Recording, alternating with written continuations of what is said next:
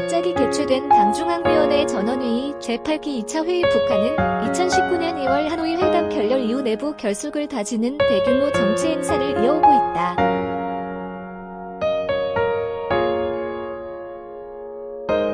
2019년 12월 말 당중앙위원회 전원회의에서 김정은 위원장은 대미 관계 개선은 장기전이며 이 기간 동안 자력갱생을 통한 정면 돌파전을 벌이자는 새로운 길을 제시했다.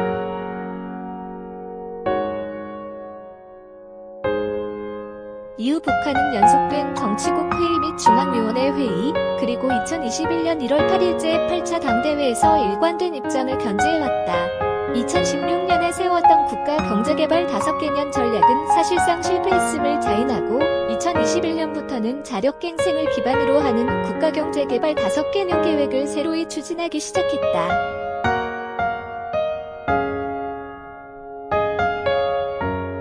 이렇게 경제 문제에 집중하는 가운데 대남 및 대미 관계를 포함하여 대외 문제에는 큰 관심을 보이지 않고 있다.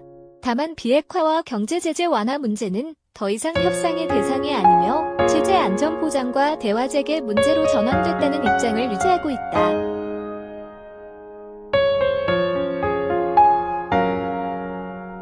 남북관계도 한미합동 군사훈련의 중단과 전략자산 도입 중단을 대화 재개의 전제 조건으로 내세운 채 이렇다 할 변화나 관심을 보이지 않고 있다. 반면 사회주의 국가들과의 연대를 강화하겠다는 원칙적 입장과 함께 대중국 관계 강화를 이어가고 있다.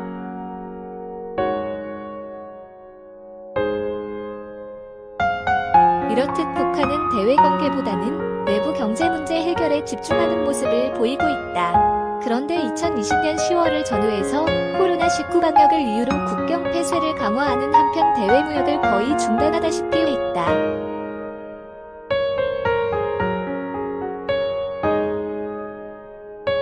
이로 인해 수입에 의존하는 생필품의 시장 가격은 폭등하고 시장 거래는 최소한의 수준에 머물고 있다. 정책적으로는 경제 문제 해결에 집중하고 있지만 현실 경제는 가장 어려운 상황에 직면하고 있는 것으로 보인다.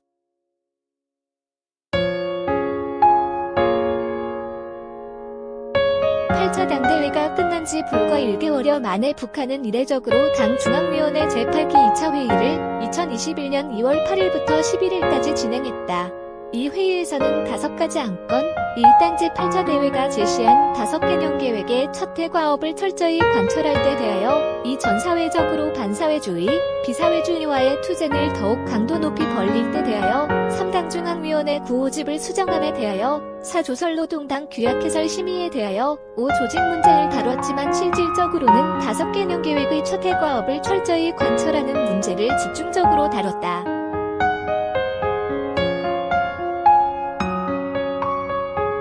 5개년 계획의 목표를 달성하기 위한 첫 해의 목표들을 점검해본 결과 심각한 문제를 발견하고 급하게 2차 회의를 개최한 듯하다. 회의 대부분 2021년 계획과 관련한 강한 비판과 질타로 이어졌다.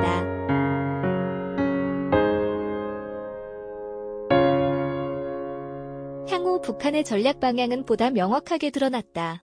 즉, 자력갱생의 능력을 강화하여 정면 돌파한다는 것을 다시 확인한 것이다. 그러니 지난 1년간 김정은 위원장이 각종 회의와 현지 지도를 통해 강조했음에도 불구하고 북한의 각 기관이나 주민들은 여전히 이를 따라주지 못하는 것에 대해 강한 불만을 표출할 수밖에 없었을 것이다.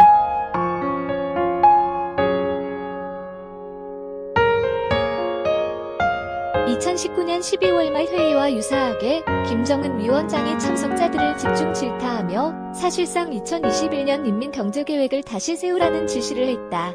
당 경제비서 및 부장은 불과 1개월 만에 오수용 제2경제위원장으로 교체됐다.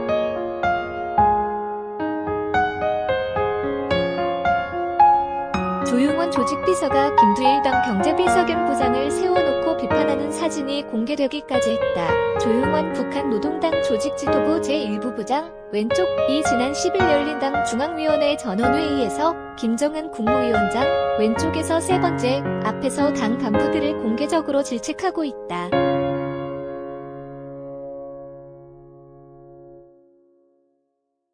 오른쪽에서 서서 추궁당하고 있는 인사는 김두일 당 경제부장이다. 그는 11일 해임됐다. 지난 1월 8차 노동당 대회에서 임명된 지 한 달 만이다.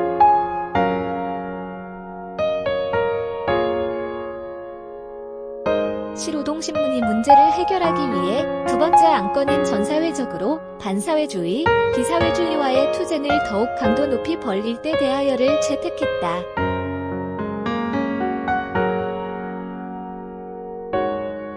다섯 개년 계획의 목표를 법령으로 채택하여 이를 수행하지 못할 경우 법적 책임을 지울 것임을 분명히 했다.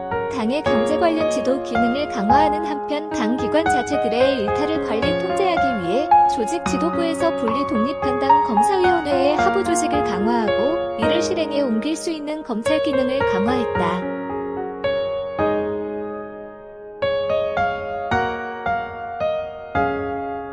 또한 관성적으로 예년에 하던 방식에서 벗어나지 못했음을 지적하며 세도주의, 기관 본위주의 등을 척결할 것임도 강조했다. 현실과 목표의 괴리를 보인 5개년 계획 북한이 8차 당대회에서 제시한 국가경제개발 5개년 계획의 구체적인 내용은 알려지지 않았다.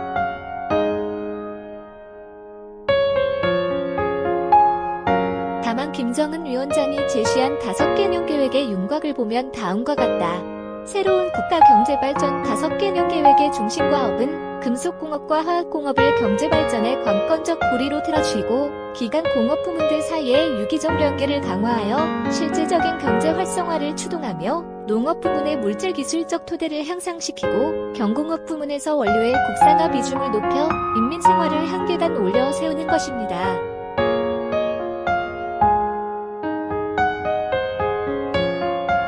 금속공업과 화학공업을 우선적으로 발전시켜 이를 기반으로 다른 부문들을 동반 발전시킨다는 전략이다. 1960년대의 중화학공업 우선정책, 즉 중화학공업을 우선하는 불균형 발전 전략의 변형이라고 평가할 수 있다.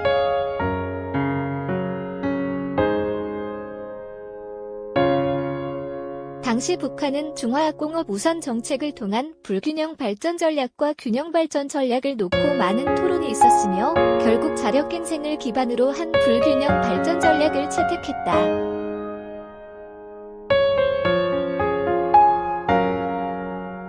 북한이 풍부하게 보유한 광물자원, 철, 석탄 등을 기반으로 중화학공업을 우선적으로 발전시키면 자연스럽게 경공업 및 농업 등은 발전하게 된다는 논리다.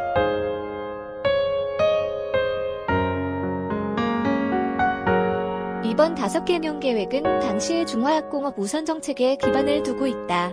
여전히 풍부하게 매장된 철과 석탄을 이용하여 금속공업과 화학공업을 우선 발전시키면 농업과 경공업 부문도 발전한다는 논리를 재현한 것이다.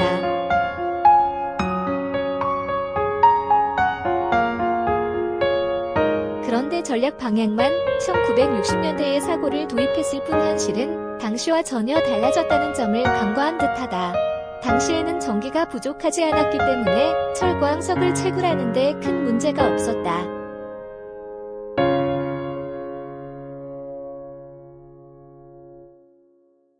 다만 급격하게 팽창하는 경제 규모에 맞춘 설비 확대가 필요했다. 북한은 1960년대 후반부터 외자를 도입하여 설비 확대를 도모했다. 외자의 상환은 지하 자원을 수출하는 방식을 택했다.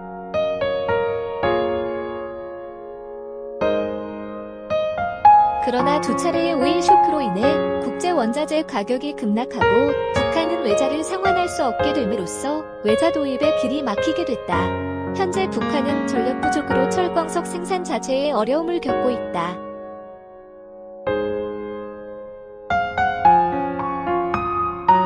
이번 전원회의에서도 지적했듯이 현장에서는 전기 공급을 원하는데 전력 생산 부문에서는 계획 목표를 낮게 잡고 연말에 추가 생산에서 칭찬을 받으려는 얕은 술수를 쓴다고 했다.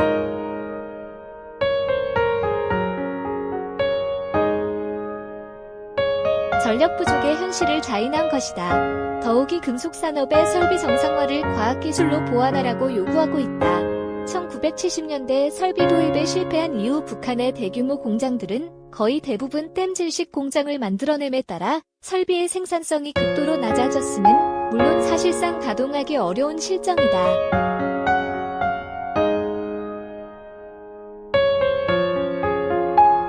안산의 전기 공급이 원활하지 않기 때문에 철광석 생산성도 낮을 수밖에 없다. 이런 현실에 아무리 과학기술을 접목시킨다 해도 생산성을 높이는 것은 현실적으로 어렵다.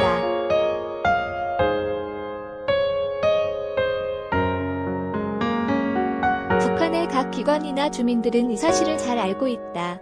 그럼에도 김정은 위원장이 강하게 요구하기 때문에 그나마 할 수 있는 것들을 정리해서 목표를 내세운 것인데 하나도 바뀌지 않고 창의적 아이디어도 없다고 다그치고 있는 셈이다.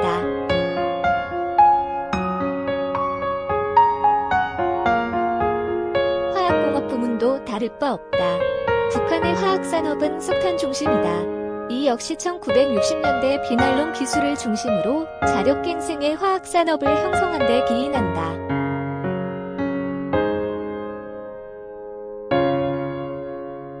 당시에는 석탄 중심에서 석유 중심으로 세계 화학산업의 중심축이 옮겨가고 있었지만 석유가 없는 북한은 자력갱생을 위해 석탄을 택할 수밖에 없었다.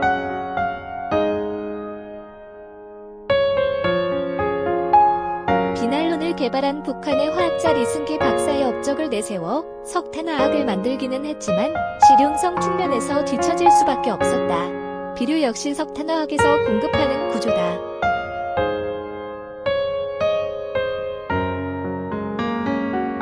북한이 획기적 변화를 원한다면 석유화학으로 전환하는 것이 답인데 탄소화나 화학산업을 내세우고 있다. 비록 미래지향적인 산업이라고는 하지만 아직 기술 개발이 초보적인 단계일 뿐 아니라 화학산업 분야의 표준화도 안 된 상태다.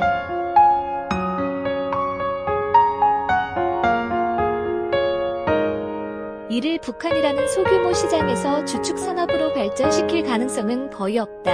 현 시점에서 탄소화나 화학산업은 제2의 비난론일 수밖에 없다. 2010년 이후 북한의 석탄 수출이 급증했는데 이는 2000년대 초중반 이후 중국 자본이 북한 석탄광에 투자했던 결과다.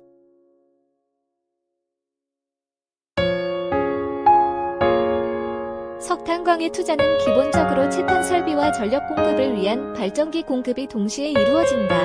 발전기를 가동하기 위해서는 기름이 필요하며 중국 자본은 기름 공급도 보장했다.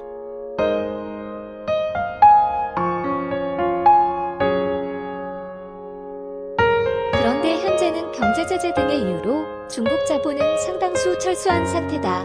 석탄 생산이 제재 이전 단계만큼 원활히 이루어지기 어려운 상황이다. 결국 경제발전의 관건적 고리라고 강조한 금속 및 화학산업을 자력갱생 기술로 발전시키는 것은 불가능한 상태라고 해도 과언이 아니다.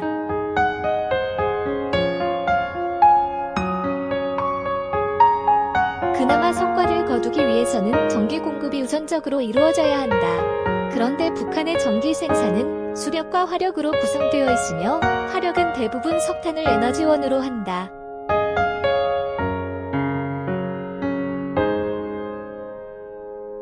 강도 많고 석탄도 많으니까 맘만 먹으면 전기 생산에는 문제가 없을 것으로 생각할 수 있다. 김정은 위원장 역시 이를 요구하고 있다. 그런데 핵심적인 문제는 시간과 기술이다.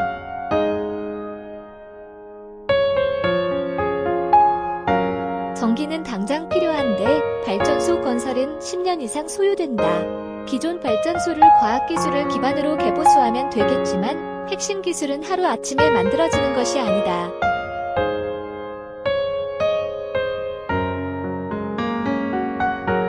예를 들면 석탄 화력을 높이기 위해 석유를 분사해주는 노즐 기술 등은 외부에 의존할 수밖에 없다. 99%를 자체적으로 만들어내도 1%가 없으면 가동될 수 없다.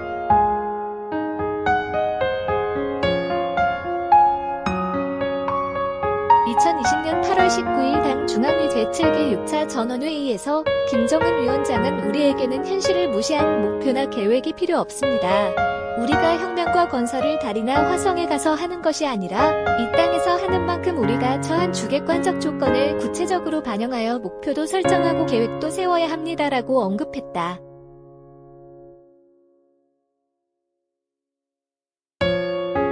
북한 주민들은 다른 무엇보다 이 내용에 주목했다. 오히려 중간 관료들이 비현실적인 목표를 제시하면 김정은 위원장의 말을 언급하며 현실을 강조했다고 한다.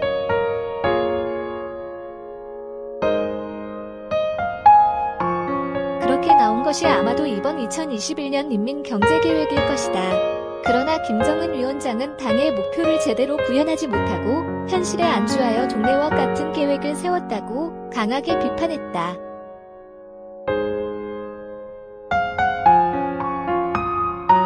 아마도 북한 주민들은 어느 장단에 맞춰야 할지 갈피를 잡기 어려울 것이다. 북한 노동당 중앙위원회 전원회의가 나흘간의 일정 끝에 지난 11일 종료됐다고 조선중앙TV가 12일 보도했다.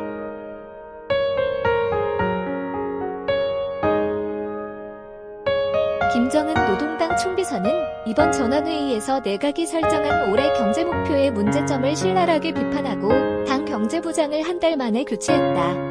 연단의 성김통 비서가 힘주어 이야기하듯이 몸을 편 채로 오른손가락으로 한 지점을 가리키고 있다.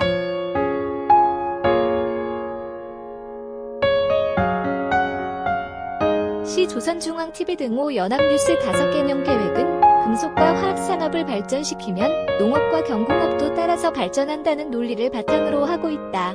그런데 김정은 정권이 출범한 2012년 이후 북한에서 가장 성과를 보인 분야는 다름 아닌 농업과 경공업 분야다.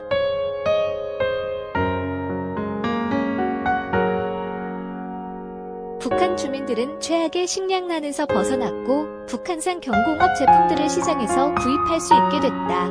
김정은 정권이 실시한 분조관리제와 사회주의 기업 책임관리제 덕분이라 해도 과언이 아니다.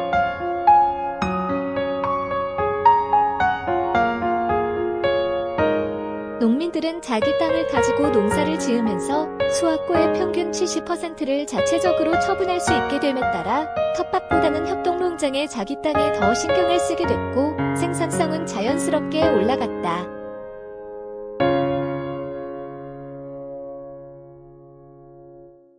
시장에서는 돈만 있으면 언제든지 식량을 구할 수 있게 됐다. 기업소나 기관들은 자체 생산 능력의 30% 정도인 국가계획량만 채우면 나머지 70%를 가지고 소속원들의 생활비 및 식량 등을 자체 해결할 수 있게 됐다.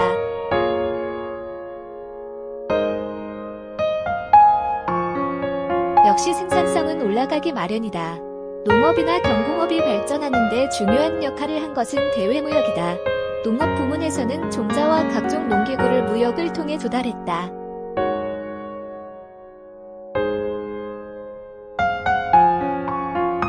협동농장은 시장의 돈주나 해외 대표부 인원들과 연계하여 농업에 필요한 농자재를 조달하고 시장에서 원금을 회수하는 방식을 택했다. 경공업 부문에서는 원자료 및 생산 설비를 같은 방식으로 해외에서 조달해왔다.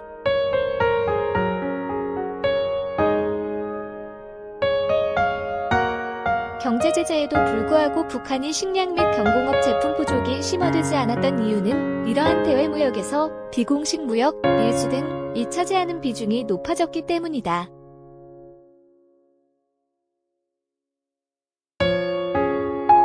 비공식 무역 비중이 높아지면 자연스럽게 권력기관과의 상납관계가 형성된다.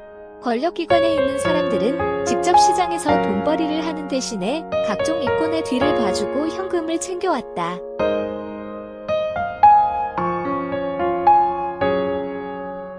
북한의 세도 정치는 바로 이러한 이권과 깊은 연관이 있다. 각 조직에서 돈이 되는 자리는 대부분 세도가의 사람들이나 이에 연결된 사람들이 차지하고 있다.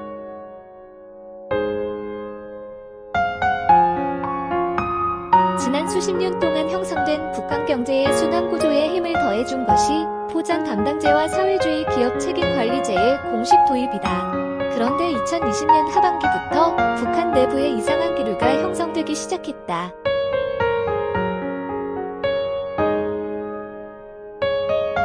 농업과 경공업 부문을 포함하여 북한 경제의 전 부문에서 당의 비상설경제관리위원회, 내각 및 국가계획위원회, 그리고 각 담당 부처가 계획을 다고 생산과 유통 단위들을 관리한다는 원칙을 세웠다.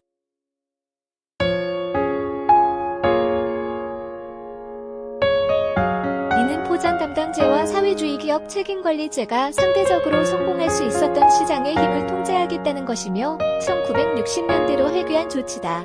농업과 경공업 분야는 외부와의 연계 속에서 발전해왔는데 자력갱생을 내세우고 금속 및 화학공업의 발전에 따라 자연스럽게 발전한다는 과거의 논리로 돌아가겠다는 것이다.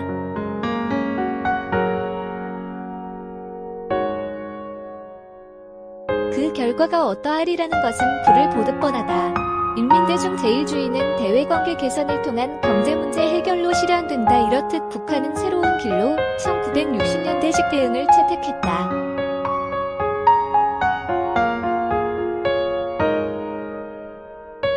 그런데 북한 사회는 1960년대식 경제정책에 실패하면서 50여 년 가까이 생존형 경제구조가 형성되어 왔다. 2019년 하노이 회담 이전까지 김정은 위원장은 대외관계 개선을 통해 기존에 형성되어 있는 경제구조를 활성화시키려고 했다.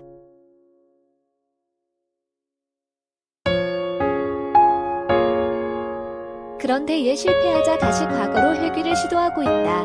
이 과정에서 시장의 불안정성이 우려된다. 북한 주민들은 오로지 돈벌이에만 관심이 쏠려 있다 해도 과언이 아니다.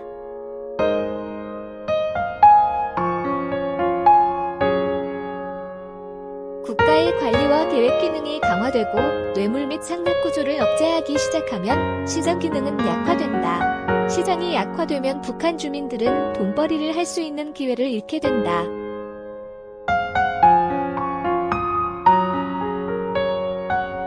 물론 계획 기능이 정상화되면 굳이 돈벌이에 집착하지 않아도 되지만 앞서 살펴봤듯이 자력갱생을 통한 계획 기능의 정상화는 현 시점에서 불가능하다는 것이 현실적 판단이다.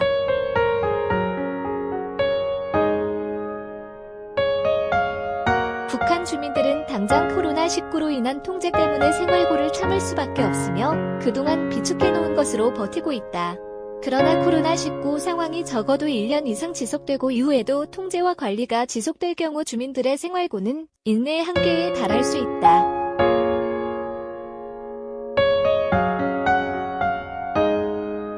북한이 관심을 보이지 않는 대외관계 및 대남관계 개선을 통해 5개년 계획의 성과를 이끌어냄으로써 비로소 인민대중 제1주의는 실현될 수 있을 것이다.